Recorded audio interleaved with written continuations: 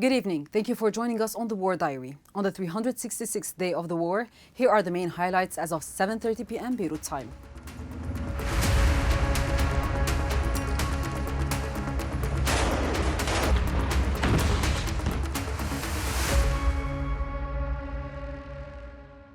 Israeli airstrikes continued on Sunday across South Lebanon, the Beqa', Baalbek, and the southern suburbs of Beirut.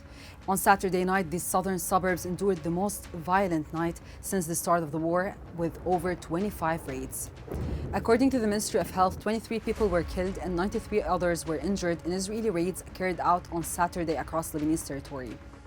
On Sunday morning, Israeli bombings resumed quickly with a strike between Laylaki and Mreije targeting a building near the Al-Aitam station in Kafa'at. Later, other raids targeted Ghbeire and Shiyeh. In South Lebanon, the Israeli army continues its scorched earth policy, demolishing a mosque in the town of Yarun. In the afternoon, Israeli warplanes attacked a building at the southern entrance of Baalbek in the residential neighborhood of Al-Wad near the Maronite National School.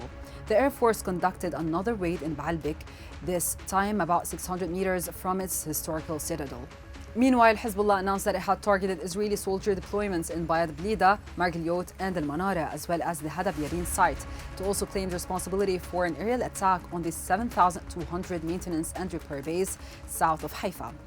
As the mass immigration of people fleeing dangerous areas in Lebanon continues, Air Caretaker Minister of Education Abbas Halabi estimated that 40% of students have become displaced due to the war. Consequently, the start of the school year in the public sector has been postponed to November 4, 2024, Halabi announced in a press conference on Sunday. Furthermore, an Israeli air raid targeted humanitarian aid trucks coming from Iraq and Homs, central Syria, on Sunday, injuring 3 people, according to the Syrian Observatory for Human Rights. 3 aid trucks parked near a factory producing Iranian cars were destroyed, said Rami Abdulrahman, director of SOHR. It should be noted that this aid coming from Iraq was destined for displaced people who had fled from Lebanon and entered Syria in recent weeks. In Gaza, at least 26 people were killed in Israeli strikes on a mosque and a school housing displaced people in Deir al-Balah. In the north of the besieged strip, Israel announced that it had encircled the Jabalia area where Hamas is rebuilding its forces. According to Gaza's civil defense, 17 people, including 9 children, were killed there. Moreover, the Israeli army said it was preparing for possible long-range rocket fire from Gaza on the occasion of the October 7 anniversary.